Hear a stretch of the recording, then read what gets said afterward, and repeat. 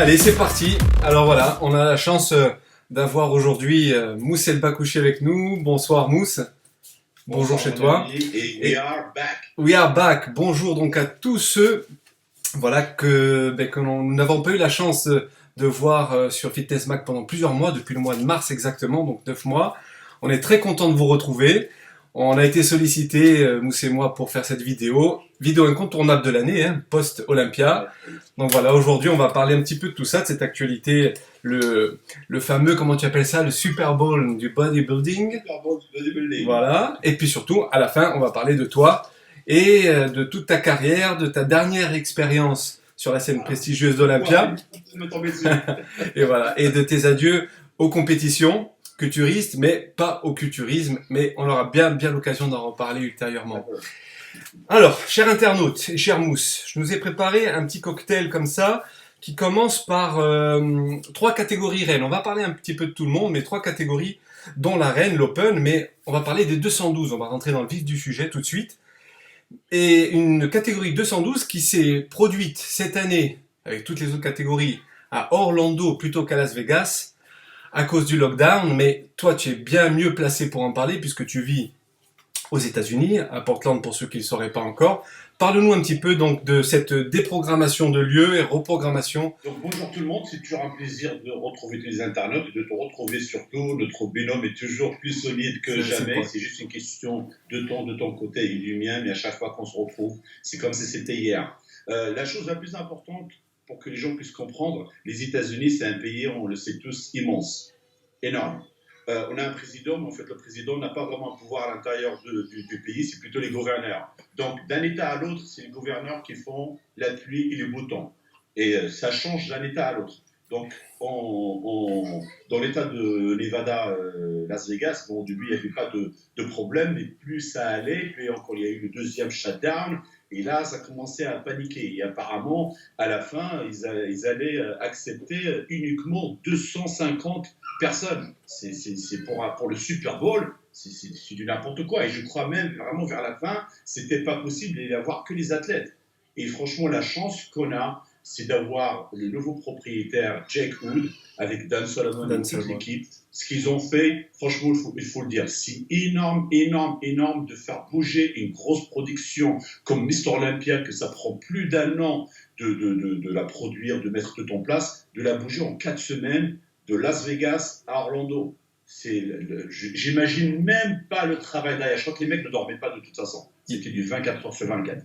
Mais bon, voilà, le mec, c'est un vrai passionné. Il a l'argent pour faire ce qu'il faut. Il n'a pas baissé les bras. Il a dit, ça fait 56 ans que Joe Hader fait ça. Je ne vais pas baisser les bras. Parce que si c'était l'ancien propriétaire, ou même Jim Manion, ils auraient dit, stop. Non seulement Mr. Olympia a été maintenu, mais les prix, ils étaient augmentés. On passe d'$1 million à 1,2 million. Il n'y a pas eu beaucoup de ventes de tickets. Le mec a sorti l'argent de sa poche. C'est incroyable. Il est hors de question que c'est les athlètes qui payent. Et donc, en fait, c'était sold out. On était 2500 personnes à la finale, ce qui est génial. Et les gens se sont déplacés. Les gens sont venus. Orlando, c'était magnifique. Non seulement déjà le temps, c'est beaucoup plus beau que Las Vegas en fin d'année. L'hôtel Hayati était énorme. Le Convention Center, pareil. Non, le travail était... c'est chapeau bas l'artiste. Chapeau bas l'artiste, je te le dis en fait, et je pense que tous les internautes vont te le dire aussi, merci à toi de nous avoir fait vivre à distance des bribes comme ça d'Olympia, puisqu'encore une fois tu as partagé via Facebook pas mal de petites vidéos. Et donc voilà, merci encore, hein, parce qu'on a pu vivre cet événement à travers toi. Autant cette année, parce que c'était interdit de filmer, parce qu'il y avait les pay-per-view, donc il préfère que les gens paient, et je ne voulais pas que quelqu'un vienne me voir, mais bon, je ne filmais pas quoi que ce soit, donc je faisais juste des petits clips par-ci par-là. Mais merci à toi en tout cas. Et pour les alentours, et à la fin même Big Ramy, le fameux autographe dont on parlera quand on parlera de la catégorie Open. Donc voilà pour le changement donc, de situation géographique. J'aimerais qu'on rentre dans le vif du sujet, comme je disais tout à l'heure, par les 212, où là, en off, on parlait d'un mini Ronnie Coleman. C'est l'avènement de Sean Clarida, qu'on a mis d'ailleurs dans le magazine Fitness Mac que moi j'anime depuis presque 8 ans le mois dernier. Donc voilà, je disais tout à l'heure à Mousse en off qu'on a été inspiré avec pratiquement tous les Olympias de l'an dernier et de cette année à une place près parfois, qui sont passés chez nous. Donc, qui dit mieux en France, dans le seul magazine qui reste à l'heure actuelle sur la santé, mais le culturisme aussi. Donc, ouais, merci en tout cas, Mousse. Voilà, donc Sean Clarida, quand on le voit en image, et je vous incruste quelques images pendant qu'on parle, quand on le voit en vidéo, c'est déjà énorme, alors qu'il fait qu'1m57 en américain, ça donne quoi? 5.2. 5.2, donc 1m57 pour 80 kg, 38 ans. Ça donne quoi quand on le voit, alors que toi tu étais placé deuxième, troisième rang, c'est ça? J'étais au troisième rang. Troisième rang, donc VIP de chez VIP. Hein. Ouais. Ils ont gardé les mêmes configurations, donc Vegas, là, ils ont mis pareil. Donc j'avais les juges derrière moi encore, et j'étais devant, au niveau de la scène, tout était nickel, parce que la scène, c'est record. La scène, je crois, elle faisait plus de 300 mètres, pas mètres carrés, mais 300 foot, ça fait énorme. Ça devient une scène gigantesque.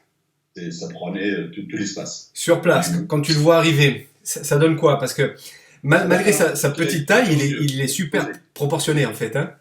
Tu as l'impression qu'il va exploser devant tes yeux.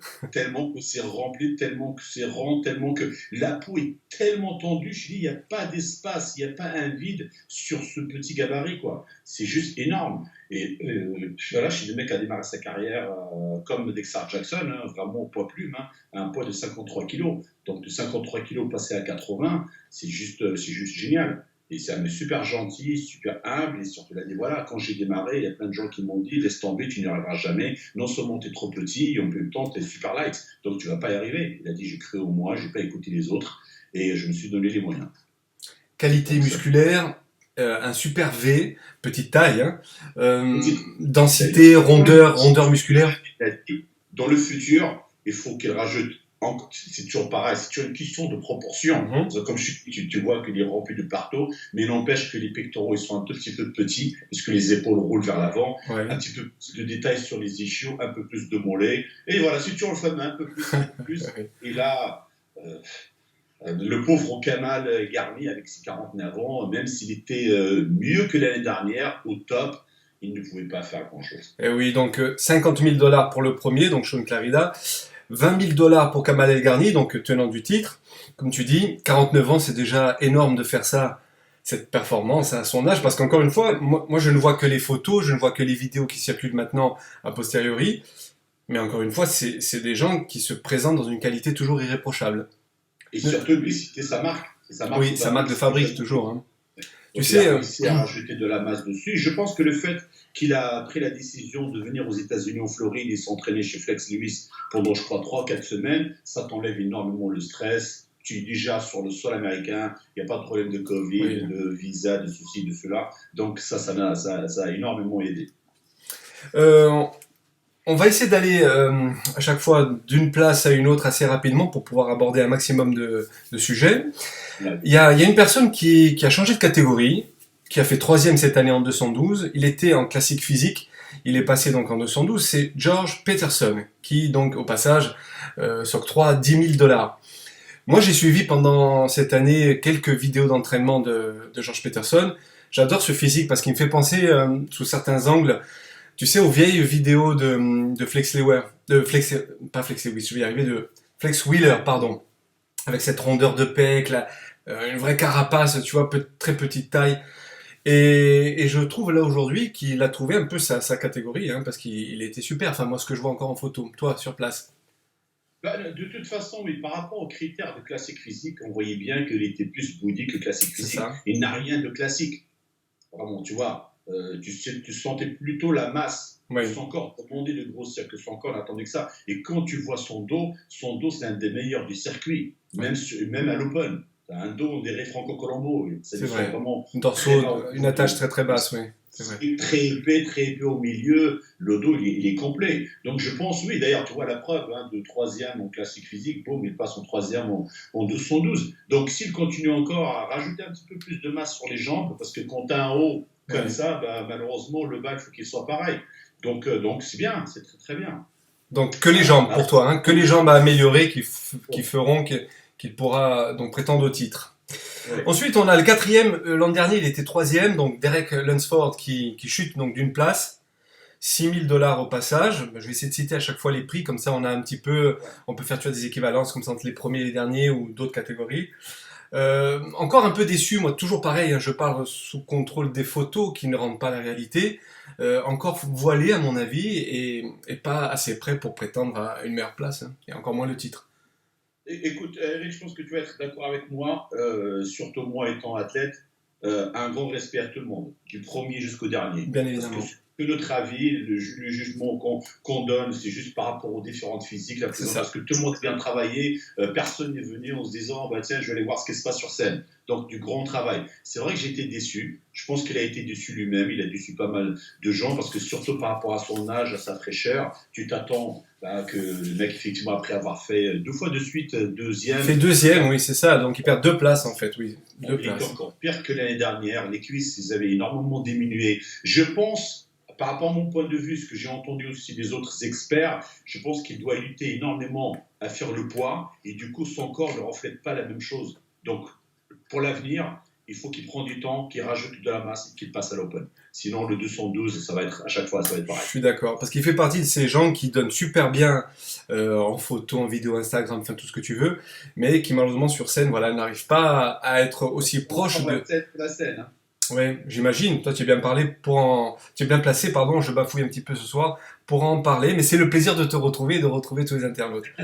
Je manque un peu, tu as d'habitude. Mais on va retrouver, parce qu'on s'est dit en off que si on y arrive, on va y arriver. On va essayer quand même, en tout cas. Oui. On va essayer de revenir sur le devant de la scène, non plus culturiste toi, mais YouTubesque, si on peut dire comme ça, avec moi, le fameux binôme. Le dernier, 5e, Ahmad Ashkanani. Donc c'est un peu toujours les mêmes classements. Je sais plus comment il avait fait l'an dernier, mais il est toujours présent. Mais je pense qu'il ne peut pas espérer plus. L'année dernière, je crois 4e, un truc comme ça. C'est toujours à peu près dans les mêmes places. Bah écoute, pareil, c'est la masse musculaire qu'il y a sur ce gabarit. Grosse densité. Hein. Malheureusement, pareil, quand tu vois ce haut, ce dos, ses pecs, ses épaules, ses bras, et que tu descends de face, pas de profil, parce que le profil, les fesses, ils sont striés et les chiots étant par terre. C'est de face, c'est quadriceps. Génétiquement, ça ne coupe pas. Donc, du coup, ça ne donne pas le même reflet quand tu vois le haut, le bas ne suit pas. Et ok. C'est toujours son problème à Ahmad Ashkanani. Alors, avant d'enchaîner sur une autre catégorie, j'aimerais qu'on parle des petits à côté. Il y a eu un hommage. Oui. Juste, je t'en prie. Pour finir pour ça, je ne comprends pas ce qu'ils ont contre David Henry, mais franchement, le mec, à chaque fois, il est top. Il continue à revenir, et à chaque fois, il est poussé. Là, je vois qu'il termine 2e. Je l'aurais mis largement. Franchement, je l'aurais mis devant un Derek Lansford. Parce que voilà, le mec, il est beaucoup plus complet. Le retour encore du Yuta Yamakashi qui fait 14e. Tu sens que le corps commence un petit peu à fatiguer. Je l'ai rencontré à l'aéroport, on a discuté. Je sais qu'il a des problèmes d'épaule, du bas du dos. Donc, encore le même problème pour moi. Quand tu commences à être limité à la salle pour faire ton travail, ça se voit. Ça se reflète, oui. Et là, petit clin d'œil, voilà, ceux qui nous écoutent, on voit aussi le passionné que tu es, parce que tu as pris tes notes, j'ai les miennes, et toi, tu es allé un petit peu plus loin, tu es allé un peu plus loin dans le classement. Alors, moi, je voulais qu'on parle 2 minutes de Flex Wheeler. Donc, Flex Wheeler, on sait tous qui il a été, qui il est aujourd'hui. Donc, toujours un grand athlète, malheureusement, diminué par l'amputation de sa jambe, mais toujours présent. Et aujourd'hui, il s'est même reconverti en entraîneur. J'ai vu, c'est pas vraiment entraîneur, mais il conseille, en tout cas pour le posing. Alors, je sais plus quel athlète, mais j'avais une vidéo où il disait, tu sais, je suis pas spécialisé en tant qu'entraîneur, mais par contre, j'ai mon vécu de sportif de haut niveau, donc je vais te dire... donc ça, je vais te donner certains conseils. Flex Wheeler, donc, ça s'est passé comment sur scène? Donc, ils ont fait un hommage, j'ai vu. Encore, ça c'est super bien ce qu'ils font, le nouveau bureau, la nouvelle organisation, de faire inviter des athlètes. En fait, ce qu'ils veulent, et ça se voit, c'est donner beaucoup plus aux fans et donner aussi aux athlètes. Donc, faire venir un Flex Wheeler, le sultan de la symétrie, après, effectivement, l'amputation de sa jambe, le faire monter sur scène avec sa fille, lui donner un prix spécial par rapport à sa carrière et le courage et tout ça, c'est extraordinaire. Ça a ému tout le monde. Et effectivement, cette année, il travaille avec l'équipe de Canada, les HD de Dorian Hamilton, qui est le préparateur de Antoine Vaillant. Voilà, mais c'était Antoine Vaillant qui conseillait, c'est ça. Il travaille avec Antoine Vaillant sur la présence scénique, sur le posing, parce que c'est son truc. Ok, je voulais qu'on parle aussi, bien évidemment, on en reparlera après pendant l'Open, mais vu qu'on est dans la séquence hommage, il y a eu donc le passage émouvant et le fameux hommage à Dexter Jackson, où après on voit toute sa famille arriver aussi sur scène. Alors, Dexter, on l'a tous en tête quand il arrive sur scène, cette nonchalance, tu sais, le fameux pas chaloupé comme Oui, ça. 51 ans, j'ai noté. Alors j'ai noté, je fais un petit clin d'œil au passage à Caroline Gaume et à son mari. Oui, JP, à Caroline. JP, bien sûr. Parce que j'ai piqué sur elle ce qu'elle a marqué, tu vois, donc elle a marqué. Moi, ça me fait comme ça gagner du temps dans mes résumés. 29 victoires pro, 5 Arnold classiques, une vingtaine en tout cas de participations à Olympia. 21 ans. Ouais, tu te rends compte? C'est énorme, hein? Plus, Ouais. j'arrive pas à me relire. Mais bien sûr, oui, le fameux Monsieur Olympia de 2008, surtout, vainqueur donc olympien. Donc, Dexter Jackson, 3 décennies de compétition. Toi qui étais sur place en tant que passionné, c'était émouvant ça aussi? Bien sûr que c'est nouveau, parce que c'est clair, c'est quelle C'est une belle page qui se époque, comme tourne. je disais. On n'a pas vu ça depuis l'époque d'Albert Nichols. Il ne faut pas oublier Exactement, que tu te Albert, souviens? il était à 61 ans sur scène. Ouais. Donc, 51 ans, c'est presque rien pour Et lui. deuxième à Olympia 1985, tu te souviens, on en parle à chaque vidéo, à plus de 50 ans, je crois 55 ans, quelque chose comme ça. Donc, je ne pense pas qu'il y aura un athlète qui va battre ce Non, record-là je de pense pas. 29 victoires et de 21 ans sur le plateau d'Olympia et de combien je crois, 5 ou 6 ou 8 titres d'Arnold Classique. C'est juste énorme. Mais par contre, bon, bah là, c'était un petit peu la compétition de trop. Tu voyais que le corps était fatigué, ça répond plus. Voilà. Donc, ils ont été gentils de le mettre 9e, je l'aurais même 10e à une place. Ok, ok. Parce que je Rémi Rodriguez devant lui.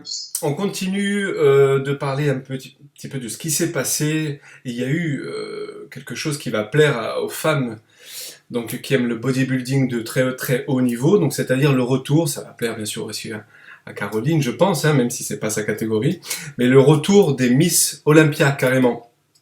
Donc, on disait tout à l'heure en off qu'il n'y a pas eu Iris Kyle, donc 10 fois tenante du titre. Apparemment, elle était malade, Covid ou je ne sais quoi.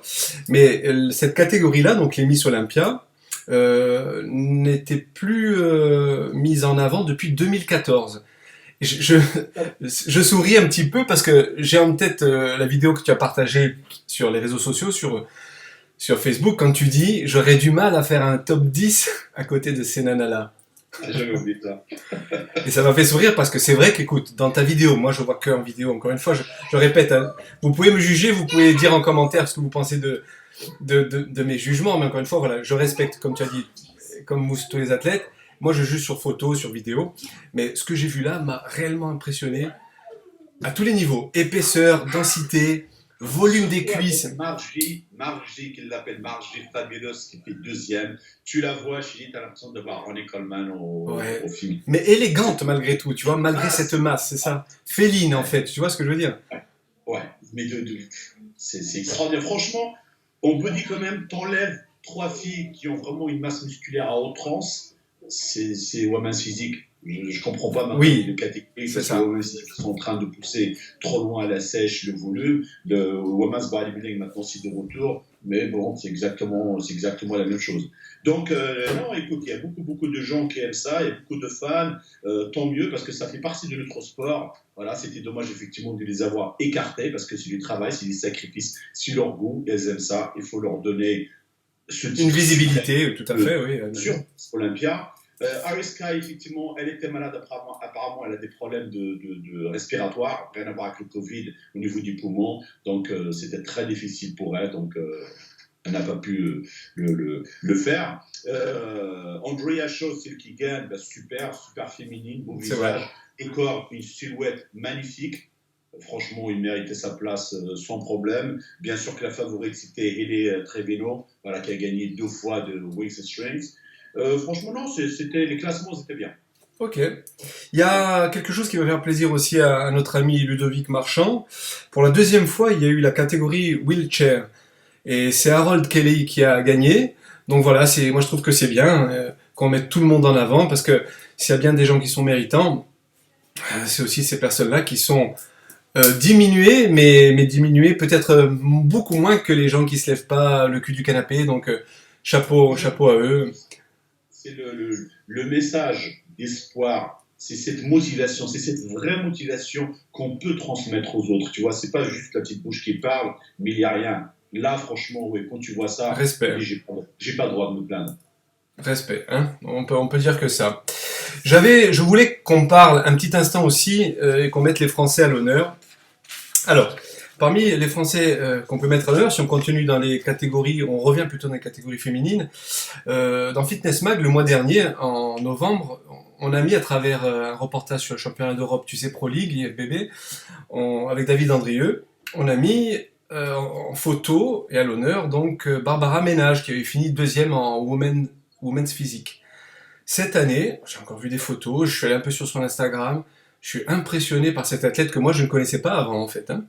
Donc avec David, on s'est mis d'accord, on va lui faire un reportage, on va vraiment la mettre à l'honneur.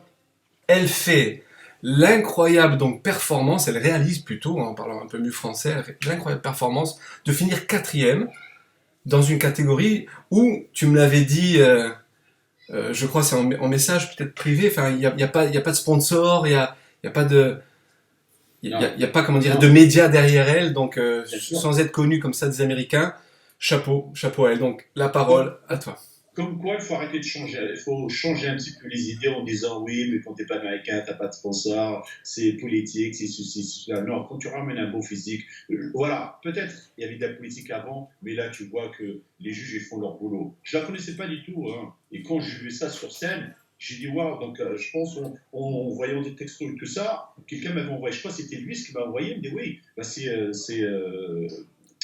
Barbara Ménage, elle est guadeloupéenne, donc du coup j'étais sur son Facebook, je vu qu'il habitait dans la région parisienne et tout ça, je lui ai envoyé un petit message et je l'ai rencontrée dimanche quand j'allais partir de ma chambre d'hôtel, elle était aussi à l'accueil et j'ai été la féliciter, je dis franchement voilà, on n'a pas vu ça depuis les années 90, depuis l'époque de Marie-Laure Marabia. C'est juste extraordinaire ce qu'elle a fait.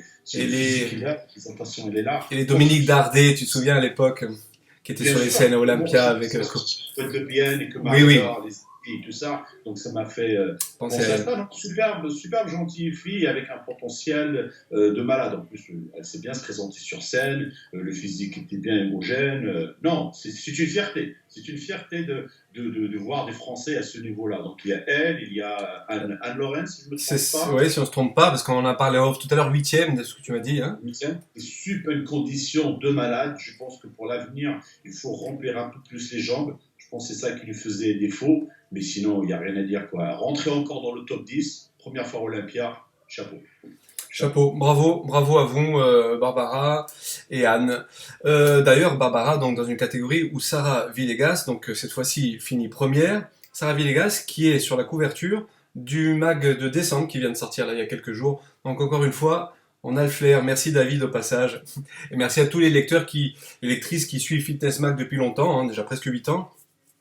Et qui partagent chaque mois voilà, tout notre travail et qui continuent, grâce à vos partages, à le faire vivre, hein, puisque les annonceurs, eux, ce qu'ils veulent, c'est de la visibilité. Donc plus vous partagez, plus c'est visible, plus les annonceurs continuent d'investir dans Fitness Mag et ce média peut perdurer. Mais donc encore, merci à vous tous, annonceurs compris. Votre victoire, ça vous montre juste que le travail peut battre le talent. Parce que quand tu vois une Shelley Grant, tu dis impossible, imbattable, oui. Elle peut être mise sur la PS sur les 20 prochaines années.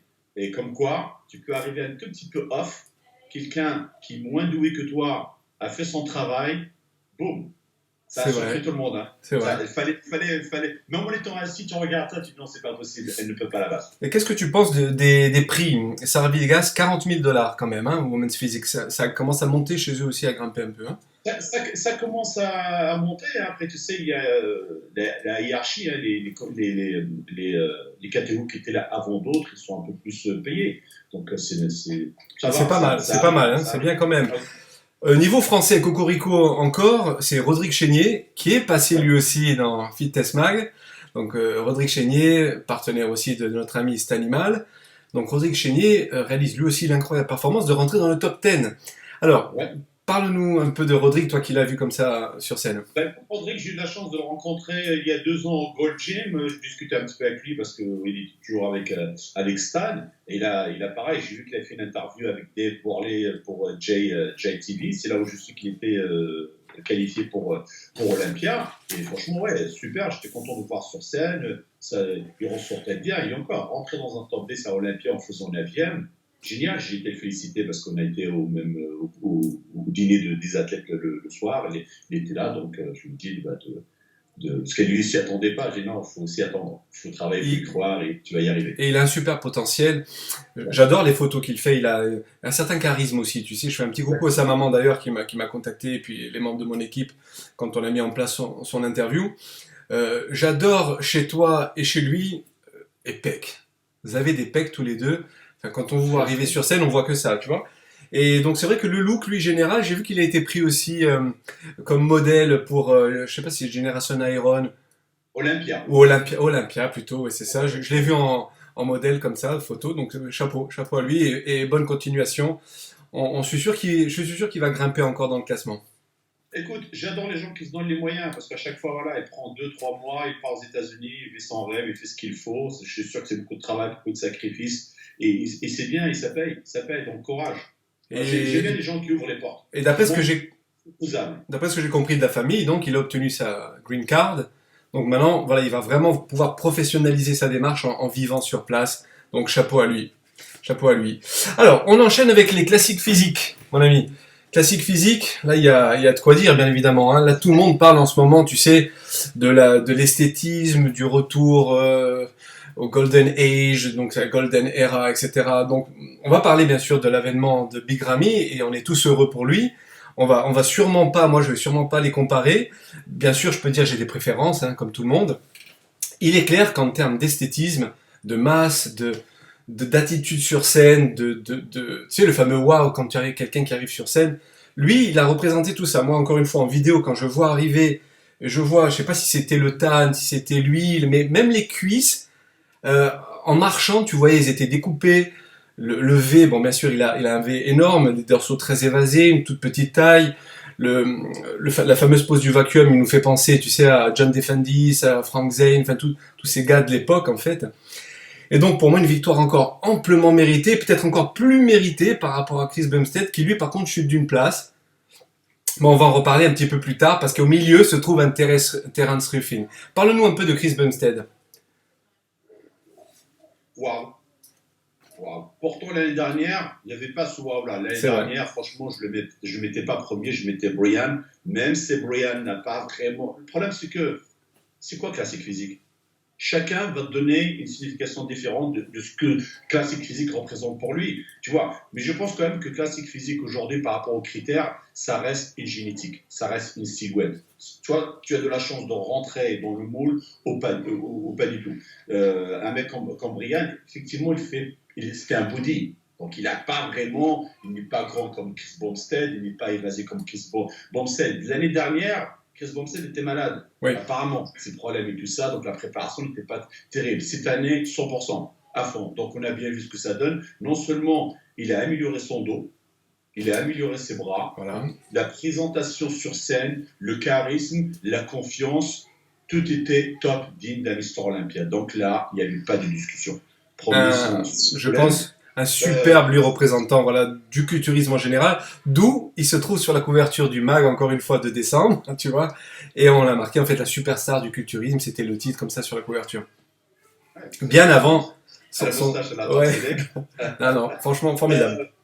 Brian, j'ai trouvé que c'était un petit peu dur avec lui quand même de le mettre même en 3e place, mais je pense que c'est un message, et je pense que lui, il avait dit, il va réfléchir à 2 fois, mais peut-être qu'il va passer au 212.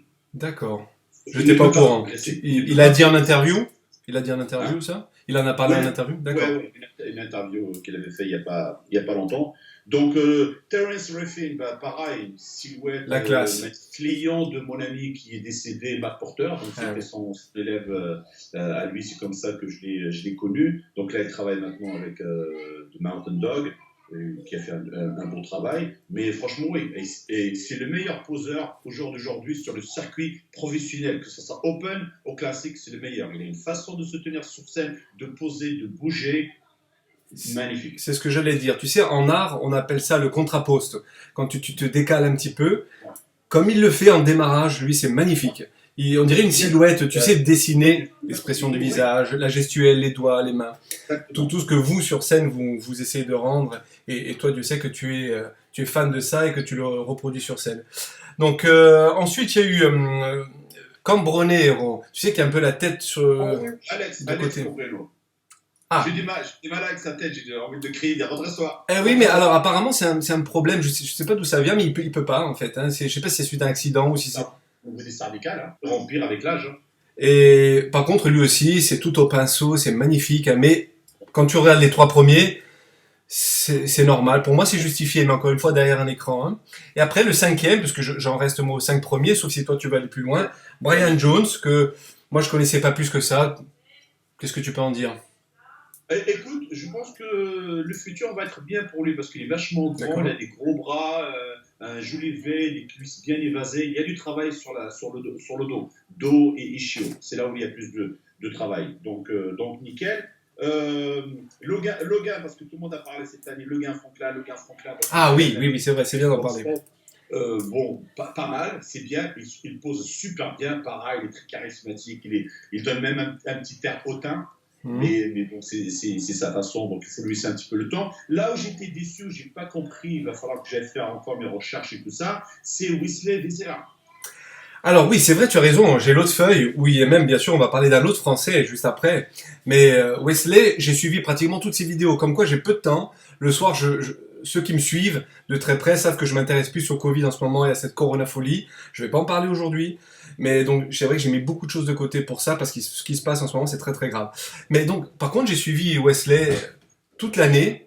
Les dernières vidéos où il se trouve à Aruba, enfin, je sais pas, un nom un peu bizarre comme ça, là. Je l'ai trouvé magnifique. J'ai dit, putain, s'il est sec comme ça, malgré son petit déséquilibre avec les cuisses, hein, parce qu'il sait lui-même qu'il manque de cuisses. Mais lui, ça peut être un digne représentant aussi de cette catégorie-là. En tout cas, il peut la représenter. Il a bien progressé parce que c'était la chose sur laquelle on lui avait tiré les oreilles l'année dernière, c'était sur la condition. Et là, effectivement, sur les photos, les vidéos et tout ça, tu vois les pectoraux déchirés, Ouais, les triceps, les épaules. Mais quand tu le regardes bien, il y a un truc sur le corps, ça fait un bloc quand même, tu vois. Oh. C'est pas fin, c'est pas ça. Et la chose que j'ai pas compris, qu'est-ce qui lui a pris de mettre cette couche culotte? C'est ce qu'ils lui ont reproché. J'ai vu de Nick and Strange Power, lui, c'est vrai. Place On la parle. ligne. C'est vrai. T'as ça de tissu, je veux dire, du bas jusqu'au nombril. Il, De dos, ça fait encore pire. il le reconnaît d'ailleurs, hein, il assume. Hein. Il assume dans la vidéo qui a suivi Nick and Strange Power.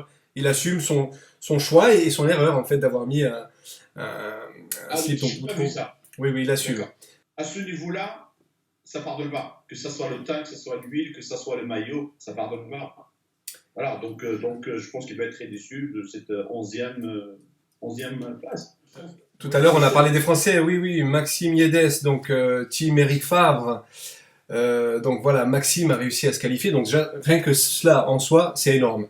Maxime, il était passé aussi dans Fitness Mag. Donc comme quoi, on dirait que Fitness Mag, je sais pas si ça porte chance, mais quand on y passe, c'est où on a le flair aussi. Hein. Peut-être on doit être un peu connaisseur, un petit peu quand même, je pense. Hein.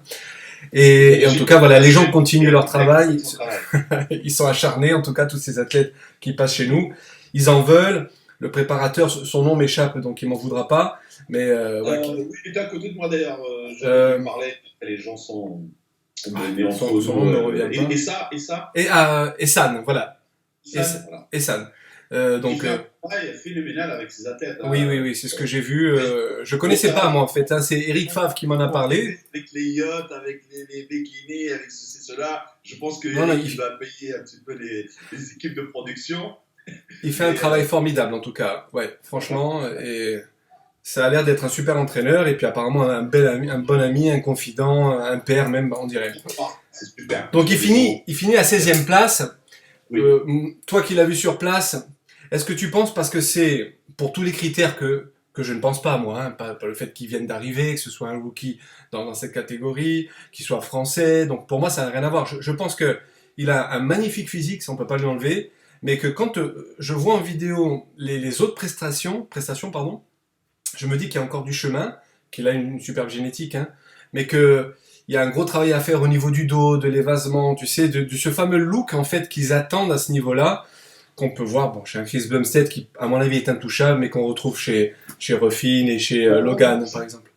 Je ne l'ai pas vu parce qu'en fait, samedi, c'était le préjugé des minces physiques, mais j'ai voulu faire plaisir à Claire. On a été visiter le centre de la NASA de John Fitzgerald Kennedy. Donc, j'ai été visiter Ça devait être magnifique, ça aussi. Mais par rapport à ce que je connais sur lui quand je regarde les vidéos, c'est clair, c'est juste un travail de maturité. Il a la peau un petit peu épaisse, donc du coup, ça enlève beaucoup de détails. Et ça va être juste une question. Tu sais, le mec, voilà, il est jeune, il vient de démarrer, il faut lui laisser du temps, mais la silhouette, elle est là. Donc, ils ont tous dans cette team un énorme potentiel, donc on les encourage vivement. Et on les suivra de très très près, ça c'est sûr. Hein. Un dernier mot, peut-être sur les classiques physiques, ou on passe à la catégorie reine. Ben écoute, non, je pense qu'on a fait un petit peu de tour. Oui, on a fait le tour. Moi je regarde ma fiche. 16e, David Hoffman qui fait 12, qui est pas mal. Voilà, de toute façon, c'est une catégorie qui va faire parler d'elle de plus en plus, hein, parce que ça plaît à beaucoup de monde. C'est quand même beaucoup plus accessible que le Open. Donc ça va y avoir du succès, cette catégorie. Même si ça reste quand même des beaux bébés, hein, parce que quand on voit, par exemple, la comparaison, on l'a vu chez Nick and Strange Power aussi, pour rire, hein, tu sais, entre les photographes qui filmaient, Big Ramy et lui, c'est deux styles de physique différents, mais c'est pas...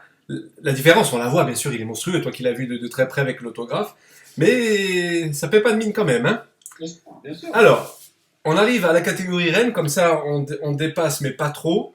Et parce qu'après, j'aimerais surtout qu'on parle de toi, de ton expérience, même si, comme je t'ai dit, on va tendre la perche aux internautes et ils nous diront ce qu'ils en pensent pour qu'on s'attarde un peu plus sur toi.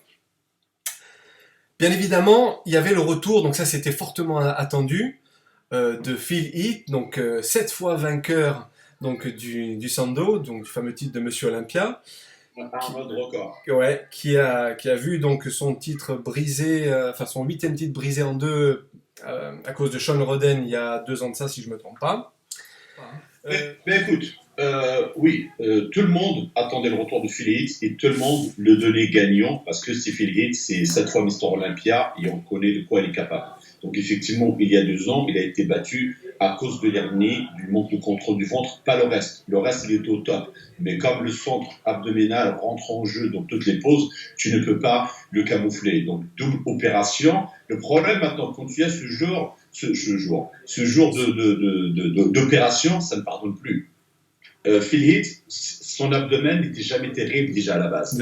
Rajouter cette masse musculaire, manger, ça fait qu'empirer la chose. Donc, quand on a appris qu'il allait revenir, connaissant la bête et son mental, il allait revenir, surtout travailler avec René Rambo. Je sais que René ne va pas faire les choses à moitié et que s'il ne se sentait pas capable, il aurait dit non, terminé, on bosse pas ensemble, ça ne va pas le faire. Donc, en plus, il travaille avec Dwayne Johnson, The Rock, qui a un documentaire sur lui. Son manager, c'est l'ex-femme de Dwayne Johnson, Andy Garcia. Donc, il va avoir un documentaire, je pense, super bien fait. C'est une grosse production hollywoodienne. Donc, arrivé, tu vois quand même qu'il était assez confiant. Arrivé, je suis là pour reprendre mon titre du Mister Olympia. Je m'en fous de Brandon Curry, de machin, blabla. Toujours un petit peu l'arrogance. Oui, une stratégie en fait, un peu.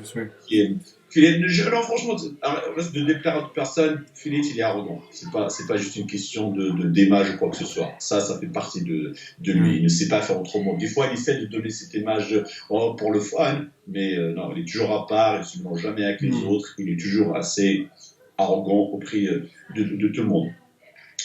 Quand on est venu sur scène, effectivement, tu dis non. Parce que je pense que la stratégie qui a été prise avec Hani Rambo, on a toujours dit que Phil Heath était Monsieur Samedi, pas Monsieur Vendredi. C'est vrai.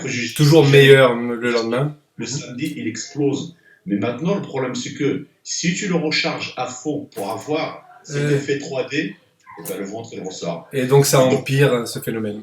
Oui, mais du coup, le problème, c'est que ça accentue encore plus ces problèmes. Ils sont gros problèmes à Phil Heath, c'est la largeur des épaules. Donc, tu le mets dans un line-up avec Big Ramy, avec Hadi Chopin, avec Brandon Curry, et tout le monde, on dirait des oui, il se trouve que les 3 que tu as cités ont des dorsaux hyper évasés. Et si j'arrive à incruster la photo justement de Phil Heath qui tourne énormément, c'est qu'en double biceps de face, tu compares aux autres années, il a énormément perdu de largeur en fait. Donc, comme le bide sort énormément et qu'il a perdu des dorsaux, ça fait quelque chose d'inesthétique et d'incomparable, je dirais, aux autres. Et 1 an d'arrêt, ça ne se rattrape pas. À 41 ans, ça ne se rattrape pas. 41 ans, c'est ça. J'ai vécu ça, j'ai arrêté 5 ans. même si je continue à m'entraîner un petit peu, c'est pas pareil. Le corps change. C'est pareil. Il y avait plein de petits détails. Sa couleur était pas bien. Le soir qu'on est revenu, mais il n'y avait même pas d'huile. Tu vois. Donc, voilà, si tu sentais que... Et tu as vu que le lendemain, il payait pas de mine quand même. Hein. Tu as vu la fameuse séquence, toi tu l'as vécu sur place, je sais pas si tu t'es attardé, quand tu as dit Chopin, lui dit viens poser comme ça. Pour faire la pose de face. Voilà, et que lui se retourne, veut faire la pose de dos, et il le force quand même, hein, il le force à faire la pose de face. Pré-juging, Phil Heath était deuxième. À la finale, il était quatrième. C'est simplement Hadi Chopin qui a eu du mal parce qu'il était beaucoup mieux à la finale. Il a eu beaucoup de mal à rattraper les points après le pré-juging. Sinon, c'est Hadi Chopin qui était deuxième. De loin, parce que moi je me suis attardé sur les images de la finale et sur pratiquement tous les points, à part les bras, pour moi il passe devant Phil Heath. Donc, bon, d'ailleurs je pense qu'il a eu en travers hein, quand même, Hadi Chopin. Je ne pense pas qu'il va revenir, je pense que c'est terminé. Ouais. Il ne reviendra pas parce que le ventre ne sera jamais réglé. Terminé. Et tu sais, marrant, j'ai écouté une interview de Fouad Abiad, qui a un podcast génial avec tous les athlètes qu'il invite et tout ça. Franchement, le mec, il parle bien et qui sont suivants. Il a dit qu'ils ont eu le même docteur qui a fait l'opération sur Fouad Abiad aussi, qui est un peu le dernier. Il a dit à partir de ce moment-là, mon abdomen n'était plus le même. C'est plus le même. Alors, donc si le roi ne peut pas atteindre au moins le record de Lianet, de 8 victoires et de Ronnie Coleman, de là à ce que quelqu'un maintenant y parvienne à nouveau, on sera quand même beaucoup plus vieux. Moi qui ai déjà les cheveux gris, je les aurai peut-être blancs d'ici là. Alors, entre-temps, il y a quelqu'un qui a progressé, qui était le tenant du titre l'an dernier, c'était Brandon Curry. C'est vrai que si on regardait les dernières photos, les dernières vidéos, les dernières même photomontages entre, tu sais, side chest et side profile comme ça, où on voit l'énorme progression au niveau des cuisses, des ischios. Toi, sur place, tu penses que c'est sa condition, la peau épaisse, le manque de cuisses encore, et surtout le problème voilà, de dos au niveau des cuisses, qui fait qu'il n'arrivera pas, je pense, voilà, à maintenir son statut de tenant du titre. Bon, même si, après on va parler de Big Ramy, il était au-dessus de tout le monde cette année. Hein. Écoute, pour Brandon Curry, effectivement, il a ce look, ce qu'on appelle un look cartonnèche. C'est cartoon. Mais surtout quand tu le voyais au soir, quand il est venu avec la fumée derrière et tu vois cette silhouette, tu dis c'est surréaliste. Le problème, franchement, je veux dire, pareil, quand tu le mets en line-up avec un Big Ramy qui a des cuisses de mammouth, avec un Hadi Chopin qui a des cuisses de mammouth, avec Phil Heath et tout ça, tu vois le haut super évasé, super bon petite taille, des torses de face qui dégueulent, mais quand tu descends en bas, c'est pas les cuisses d'Amestor Olympia. Donc on est d'accord, c'est vraiment le bas en fait. Hein. Et de profil, ça passe parce qu'il a les chiots et l'adducteur qui pousse, donc ça fait bien ressentir c'était chiot. Mais de face, c'est pour ça qu'il se met toujours en biais pour accentuer l'effet visuel. Mais je pense que c'est terminé. C'est dommage parce que le haut, c'est l'Olympien par défaut, enfin celui qu'on imagine nous en tant que pratiquants ou compétiteurs, hein, je pense. Oui, mais c'est pas le mec que tu vois, tu dis ah waouh, il va rester l'histoire olympienne pendant quelques années parce que il y a personne qui va le rattraper. Non, c'était pareil que Sean Roden. Hein. Sean Roden, il avait vraiment nickel pour battre cette année-là. Oui. Et tu sens que si quelqu'un vient assez rapidement, il va le détrôner parce que le dos n'était pas à la hauteur. Et qui l'a détrôné cette année? Allez, vas-y, à toi. Déjà, finissons sur Brandon Curry. Parce que quand il a gagné l'année dernière, on a dit oui, le line-up était faible, Philippe n'était pas là, ceci, cela. Cette année, il va finir quand même. Oui, il peut être fier parce que j'ai vu pas mal d'amis même qui faisaient leurs commentaires là, lors de Monsieur Olympia qui disaient que pour une fois, on retrouvait des line-up de qualité, en fait. Bien sûr, ça on le savait. Écoute, franchement... 36 ans, 1m78, 140 kilos. J'ai pas vu une seule personne qui n'était pas heureuse pour Big Ramy, juste pour te montrer la gentillesse de cet homme. Tout le monde l'adore. Tout le monde l'adore. Et franchement, j'étais super content pour lui parce que il le mérite. Ça fait 6 ans, 7 ans qu'il n'arrête pas les problèmes, changer de coach, ceci, cela. Mais franchement, je le savais en écoutant Chad Nichols après l'Arnold Classic, on donnait exactement ce qui s'est passé. Chad Nichols, il a dit quoi? On a commencé la préparation, je sais que les autres, ils ont échoué, mais tout se passe bien, c'était presque... Ça me faisait peur, parce que je savais à un moment donné, on allait se prendre un mur, il fallait juste trouver quand. Donc tout s'est bien passé, ils ont commencé la recharge, il a dit on est derrière les backstage, je demande à Big Ramy de commencer à s'échauffer, j'ai vu un truc que j'ai jamais vu de ma vie, je vois les mecs qui font des petits free squats, les cuisses qui commencent à doubler de volume, parce que Chad a dit que il a travaillé, tu sais qu'il a travaillé qui le plus gros, Ronnie Coleman, Oui. Nasrat Sambati, Paul Dillon, Chris Cormier, Flex Wheeler, des mecs qui mangent beaucoup, des mecs il faut les recharger à fond, mais Big Ramy c'est un mec qui répond super méga bien, mais surtout entraînement, chimie, diète. Mais son corps, il est très sensible aux hydrates. Donc le fait de l'avoir rechargé énormément et de passer à l'action pour la pompe, tout ce glycogène commence à rentrer au jeu et ça commence à pousser. Comme ça pousse, et ben, tous les trous, toutes les séparations musculaires, ils se referment à cause du glycogène. Ouais. Donc là, il a dit on était obligé de faire ces erreurs-là pour comprendre pour Olympia. Donc c'est pour ça qu'ils étaient très très positifs. Il a bien fait d'envoyer Big Ramy à Dennis James parce qu'il a dit je savais que j'allais l'envoyer à un endroit noir. Dans l'enfer, oui, c'est ça. À un moment donné, ton cerveau va te jouer des tours, va te dire hey, ça va pas marcher, lâche, fais ceci, fais cela. On est juste des humains, mais le fait d'être avec un mec comme Dennis James, derrière lui, à le faire poser matin, midi, soir, et être sûr qu'il a la bouffe, il a tout ce qu'il faut, il a juste à se concentrer, c'était une stratégie de malade. Et boum, ça marchait. Ça marchait. En préjugé, plus il posait, plus il devenait mieux. Plus ça coupait, plus tu sentais d'ailleurs cette confiance en lui, et lui qui est timide, qui est réservé. Et même le soir, il est revenu pareil, pas vraiment une grosse différence, mais c'était largement suffisant. Donc, s'il continue à travailler avec Chad Nichols et Dennis James, ce qui est extraordinaire, déjà, malgré je crois qu'il devait faire 285 pounds, comme quoi il n'avait pas besoin de faire 300 pounds, tu avais l'impression qu'il faisait ça. Et il peut rajouter de la masse, si on veut, il peut continuer à s'améliorer. Et c'est là où je pense qu'il peut gagner Olympia. Oui, lui, il est capable d'enchaîner les titres. J'écoutais une interview là tout à l'heure, avant qu'on enregistre, avec Dennis James et justement Chad Nichols.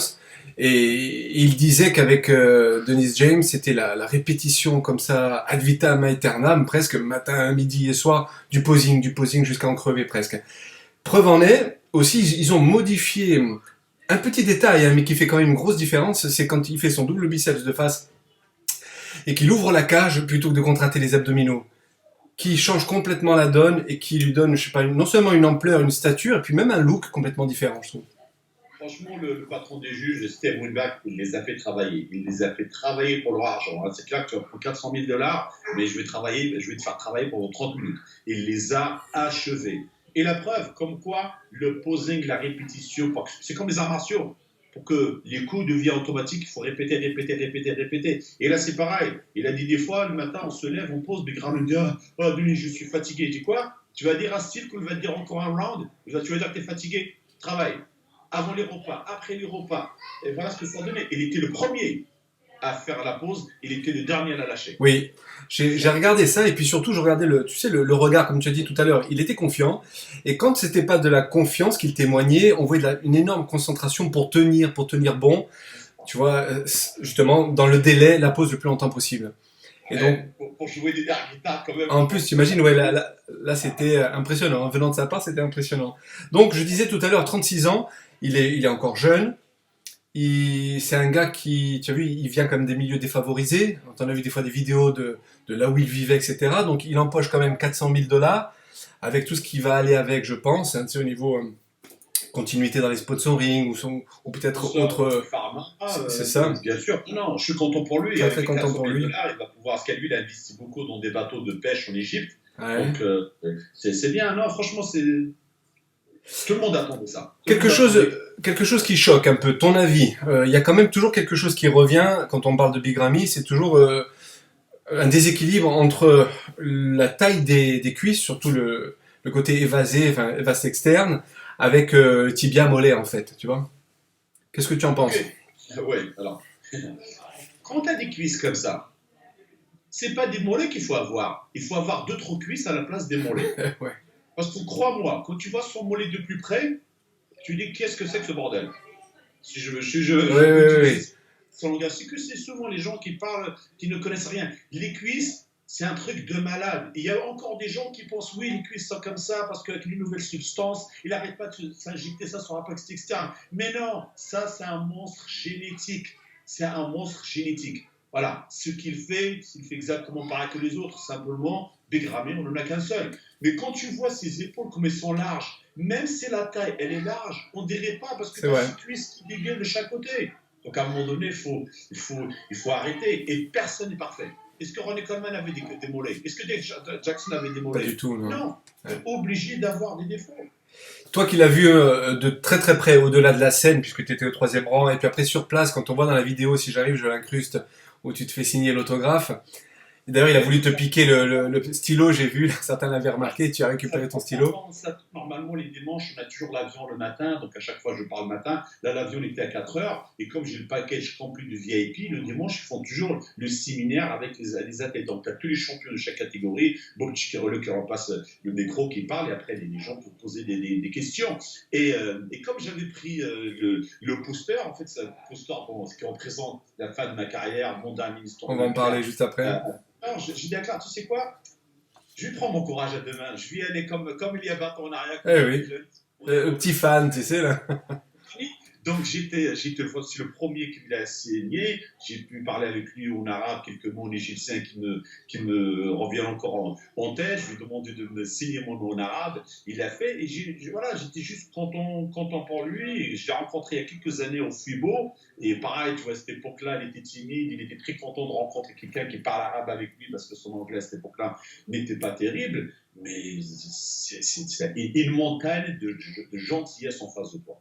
C'est ça, il transpire vraiment l'humilité et la gentillesse, hein, c'est ça. Hein. Exactement, parce que comme tu l'as dit tout à l'heure, c'est un mec qui vient de rien, c'est un mec qui était égyptien, qui est parti au Koweït, et malheureusement, quand tu es égyptien et tu vas au Koweït, pour eux, tu es un esclave. Donc le mec, je crois, il avait dit, il était payé $15 ou $50 pour le travail, donc après il était entraîneur à la salle, tout le monde a voulu mettre la main dessus, c'est la meilleure chose qui pu lui arriver, c'est quand il est parti de l'Oxygen Gym, tu vois. Donc ça, c'est la meilleure des choses. Donc effectivement, ouais, tu veux que du bonheur pour un mec qui dégage cette gentillesse. J'ai eu la chance de toucher le stand-up. Non seulement j'ai touché la médaille de Sean Roden il y a 2 ans, et là je touche le stand-up. J'étais comme un enfant. Du coup, j'ai fait saigner le poster par Chris Bumstead, par Sean Corrida, par Harold. Tu nous montreras tout ça en vidéo quand tu les mettras dans la salle, hein. Et ça, c'est, voilà, il n'y a que les passionnés, encore une fois, qui peuvent comprendre ça. You can't beat him. He's too big. He's bigger than Phil. He's bigger than Brandon. He doesn't have the quality, though. Do you have the quality now? When does it come? J'ai envie d'en rigoler quand même par rapport à ça, parce que j'ai envie de dire, maintenant, bon courage aux autres. C'est ce que je pensais également, parce que... Comment tu peux rattraper ça?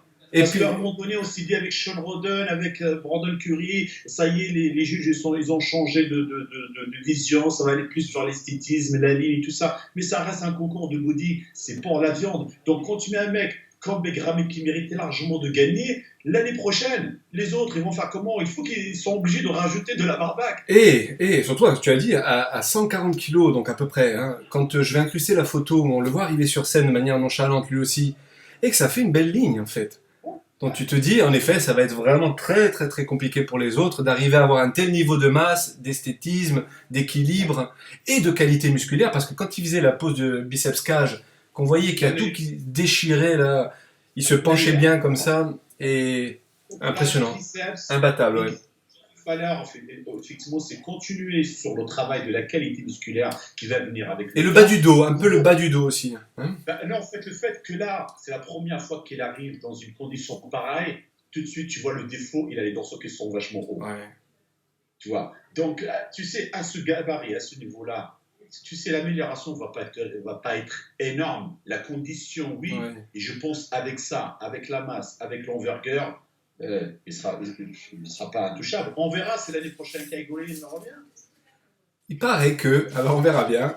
Hein. Je voudrais finir aujourd'hui, bien sûr, sur toi.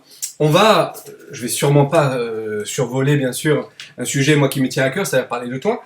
Mais comme j'ai dit en début d'entretien, donc, on va faire une autre vidéo dans laquelle on va prendre le temps. Et je voulais te faire plaisir aussi, donc je te le dis là maintenant, tu n'es pas au courant. Les internautes vont l'apprendre. Parmi mes collaborateurs, ils le savent parce que certains me demandent comment je vais organiser mes covers de l'année prochaine. Il y en a une qui te sera consacrée, Mousse. Voilà, parce que je vais te préparer une interview personnellement.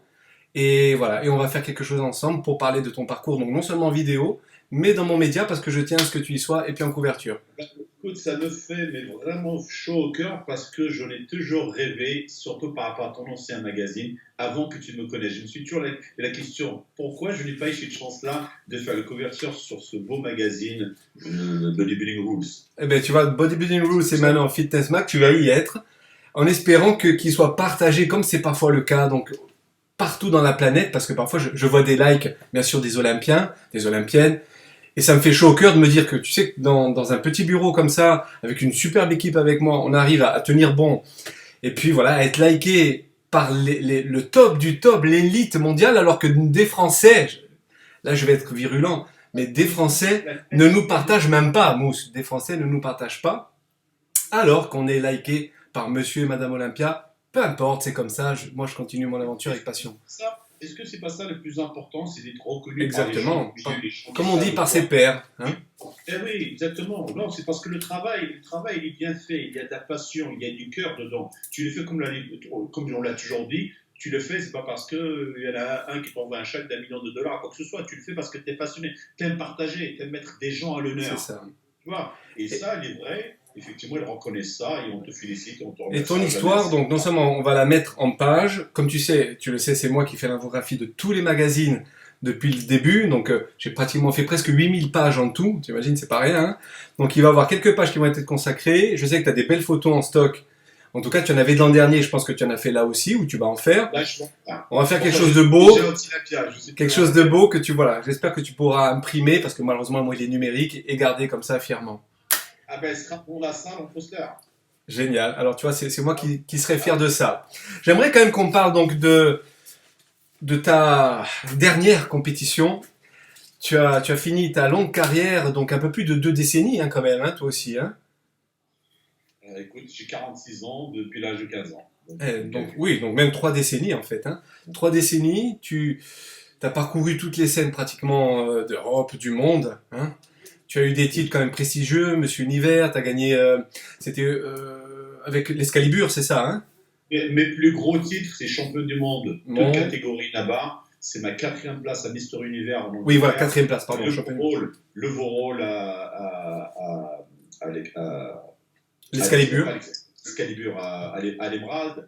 Donc, et surtout d'avoir fait toutes les fédérations qui peuvent exister, que ce soit la WABA, la NABA, la IFBB, la NPC, l'Olympia, l'ANAC. Donc voilà, et j'ai fait 4 fois plateau de France, Europe, 3 fois monde, 3 fois univers, 4 fois NPC. Et voilà, moi je viens d'une autre époque où on était à la recherche des titres. On était à la recherche des grosses compétitions, tu vois, beaucoup plus que de gagner une carte professionnelle. À cette époque-là, on s'en foutait. C'était « je suis Monsieur Europe, je suis Monsieur Monde, je suis Mister Univers ». C'est ça qu'on chassait. Et ça m'a donné une expérience extraordinaire. Et je peux être fier de moi parce que j'ai fait ce qu'il fallait. C'est pour ça qu'aujourd'hui, il n'y a pas de regret. Rappelle-toi bien que après les 5 ans d'arrêt, je suis revenu en 2018, ça fait 2 ans que je m'entraîne parce que mon cerveau ne voulait pas décrocher, je voulais que ça soit moi qui allait faire « Ok, maintenant c'est l'heure d'arrêter ». Donc j'ai fait tout ce qu'il fallait, ça devait être ma dernière compétition de l'année dernière. Je ne m'attendais pas à un tel résultat de faire 5e sur un plateau de classique physique sur 20 jeunes en Open. Je me suis dit pourquoi pas. Et franchement, là, sur cette année, je me suis régalé à pouvoir m'entraîner, à pouvoir détourner les problèmes, les douleurs et tout ça, ne pas décrocher, à faire revenir le mental d'un compétiteur parce que aujourd'hui avec la salle, ma famille, tout ça, je me suis senti coupable plus d'une fois, mais en même temps j'ai de la chance d'avoir une femme extraordinaire qui a su gérer ça et me laisser la liberté. Je me suis retrouvé, dans un sens avec le Covid, c'était un mal pour un bien. Tu as pu t'entraîner tranquillement avec la salle que pour toi et tes amis? Avec les gens que j'aime autour de moi pour m'entraîner. Je passais mes journées seul à la salle, faire mon cardio, faire mes abdos et tout ça, chose qui n'est pas facile car quand tu vas en préparation, tu as envie quand même de partager ça avec des personnes. Mais j'ai tout donné simplement. Excuse-moi, je t'interromps. Je pense que tu as tellement planifié que ta frustration doit être quand même importante d'avoir été bloqué par toutes ces douleurs et toutes ces pathologies que sont les tiennes? Tu sais, tu me connais très bien, Eric. Si j'arrête aujourd'hui la compétition, c'est pas parce que mon cerveau ne veut pas, mon cerveau veut toujours. Et c'est très difficile. Je suis en train de dire ça avec le sourire, Ouais, je mais je vois. peux dire que je suis déjà rentré dans une sorte de déprime parce qu'après les compétitions, tout qui s'arrête, avec le cerveau Eh concentré oui. sur un objectif depuis pas mal de mois, et là, tout s'arrête. Et en plus, le gros problème, c'est que tout s'arrête. Et j'ai mon business qui est fermé, j'ai cette merde mondiale qui me touche énormément aussi, et là je ne sais plus quoi faire, j'ai les mains derrière le dos. Mais par contre, effectivement, deux choses que je ne peux plus continuer, c'est m'entraîner tous les jours avec des douleurs, parce que j'en peux plus, ça fait 2 ans que ça dure. Les 4 dernières semaines, chaque pédalage en cardio, Tu te rends compte? Et Dieu sait que pour performer au niveau que tu veux performer, ça demande malheureusement des charges quand même relativement importantes. Et avec des douleurs comme ça omniprésentes, c'est plus possible. effectivement, c'est la plus grosse frustration que je sais comment bâtir un physique, je sais comment m'améliorer, je sais comment tout faire, mais je ne peux plus. Je ne peux plus, je suis limité. Donc cette frustration, surtout le jour des jambes, comment veux-tu concourir à ce niveau-là en faisant de leg extension, en faisant de la presse à 90 degrés? Au lendemain, j'ai aucune courbature, j'ai les fesses courbaturées, mais j'ai pas le quadriceps. Donc tu pars déjà avec un état d'esprit d'échec. J'ai pas fait mon job à la salle. Ouais. Je ne peux pas le faire mon job à la salle. Je ne peux pas faire ce qui a fait de moi qui j'étais avant. Et tu sais, je t'interromps encore une toute petite seconde, parce que, au passage, merci Gérard à faire le montage donc, de tes vidéos. À chaque fois, moi, que je regardais tes vidéos, dès qu'elles sortaient, donc je les partageais sur Fitness Mag, je voyais l'implication, tu sais, mentale, enfin, ceux qui sont passionnés d'entraînement, et Dieu sait que nous on aime bien l'entraînement bien fait entre guillemets, hein, chacun pensera ce qu'il veut, c'est pas de la prétention de dire ça, hein, mais voilà, on recherche vraiment cette relation cerveau-muscle, la qualité de la contraction, la maintenir le plus longtemps sans dégrader la technique, etc., etc. Et j'arrivais à voir dans la vidéo, non pas ta frustration, mais que tu devais encore plus t'appliquer à avoir et à maintenir cette relation cerveau-muscle pour pallier ce que ton corps te permet plus de faire, c'est-à-dire manipuler certaines charges. Et je sais qu'on a vu des vidéos de toi où tu poussais fort et le physique répondait. C'est sûr que la frustration, je peux la comprendre, et je pense que certains qui nous écoutent là en ce moment la comprennent aussi parce qu'ils vivent eux aussi avec des douleurs et les contournent des douleurs, mais ne peuvent plus s'attendre au même résultat. On ne peut pas être pas à ce niveau-là. Et tu n'as même pas idée de combien, je l'avais dit hier à Maxime Ratier, mon client, en discutant hier soir, combien de tubes de Voltaren j'ai utilisé tous les jours sur les genoux, sur les épaules pour tenir, combien de massages, combien d'acupuncture, combien de bains de Epsom salt, j'ai tout fait pour tenir le coup sur cette année. Et regarde, je monte sur scène à 103 kilos. 103 kilos, j'ai rajouté presque 10 kilos par rapport à l'année dernière. Incroyable déjà. 103 kilos, c'était mon poids quand j'ai gagné l'Emerald en 2012. Mais j'ai 46 ans. Et 103 kilos, il me semble, moi je l'ai vu sur scène, je l'ai commenté, hein, tu me sembles encore plus sec que l'an dernier. Alors je sais pas si... Non, j'étais pas aussi sec que pas aussi l'année dernière, sec. parce que tu sais, comme je l'avais dit, je voulais moi présenter le look que je veux. Ouais. Et le look que je voulais, c'était sec, pas écorché, mais rempli.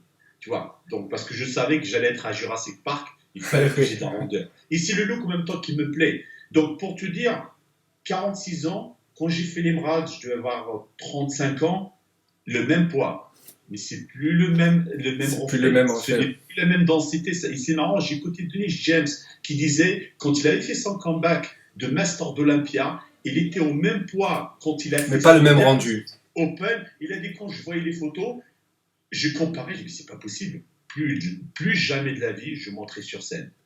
Parce que tu as une certaine vision de toi, une certaine excellence. Et quand tu vois ça, tu dis, hey, il vaut mieux s'arrêter à ce niveau-là. Et je suis très content parce que, j'ai dit à Claire, je n'ai pas eu de chance toute ma carrière parce que quand je faisais des compétitions, j'étais déjà classique physique, mais je faisais des compétitions avec des mammouths. Tu vois, et j'ai toujours réussi à bien me placer et à gagner à cause de ma silhouette, à cause de ma balance et tout ça. Chose qu'aujourd'hui, je n'arrive plus parce que quand même, il y a un manque au niveau des gens par rapport au... Et là, je n'ai pas eu de chance dans le sens où la compétition USA, qui est vraiment le top du top des États-Unis, c'était une semaine avant Olympia. Ça fait que tous les mecs ne sont pas placés, ils sont arrivés. J'étais derrière les backstage, Eric. Tu sais quoi, j'étais vraiment zen parce que j'avais aucune.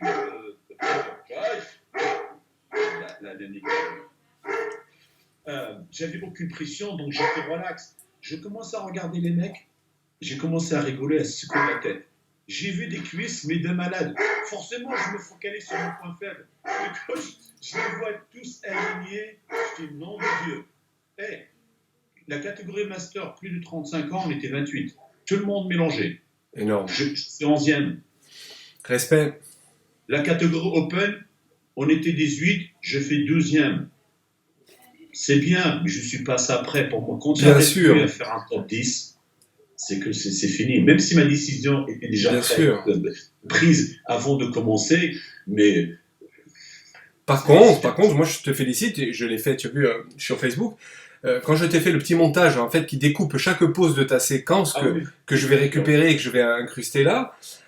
Écoute, le haut il est super esthétique, il est très évasé. C'est vrai que le bas, comme tu as dit, ça manque un petit peu d'épaisseur et d'évasement, mais malheureusement, je veux dire, quand tu vois quand même l'ensemble, t'as pas à rougir et tu peux partir voilà vraiment la tête haute parce que il fallait le faire ce que tu as fait là parce que quand on te voit, et tu l'avais dit toi-même plusieurs fois, quand on te voit habillé à la fin, on se dit mais merde, qu'est-ce qu'il va donner en fait? Est-ce qu'il va réussir quand même à afficher un physique même correct? Parce qu'on a l'impression que tu es tout petit, alors que quand tu enlèves les fringues et quand on te voit arriver, cette ligne pectorale, comme je t'ai dit là, énorme, old school, tu sais, les pecs bien gros, bien évasés, bien larges.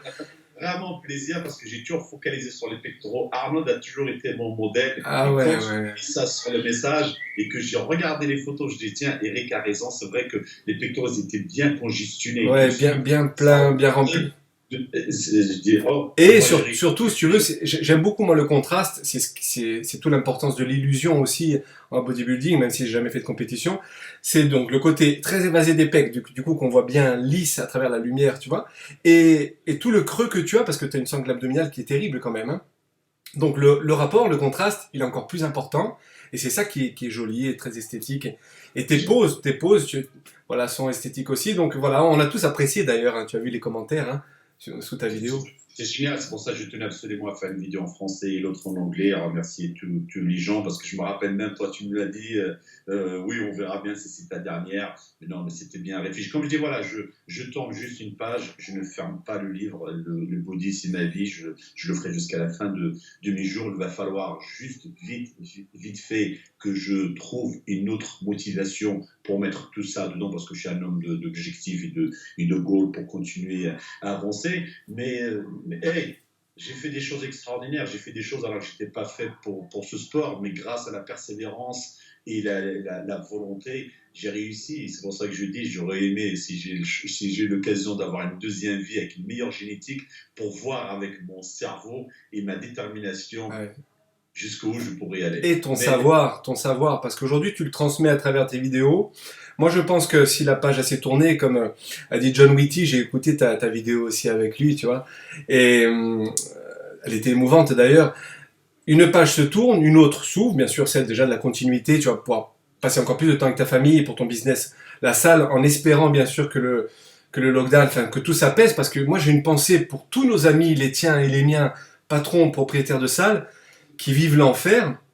Donc voilà, moi je les salue, je les souhaite de tenir bon. Et d'ailleurs, moi j'ai même été à l'initiative de certaines rencontres entre fédérations ici, en tout cas françaises, pour qu'ils s'allient et qu'ils disent stop à tout ça en fait, hein, parce qu'ils veulent vraiment tuer des pans entiers d'économie. Il faut pas laisser faire ça. Mais ça peut-être on en parlera dans la prochaine vidéo ou si on fait une aparté Covid.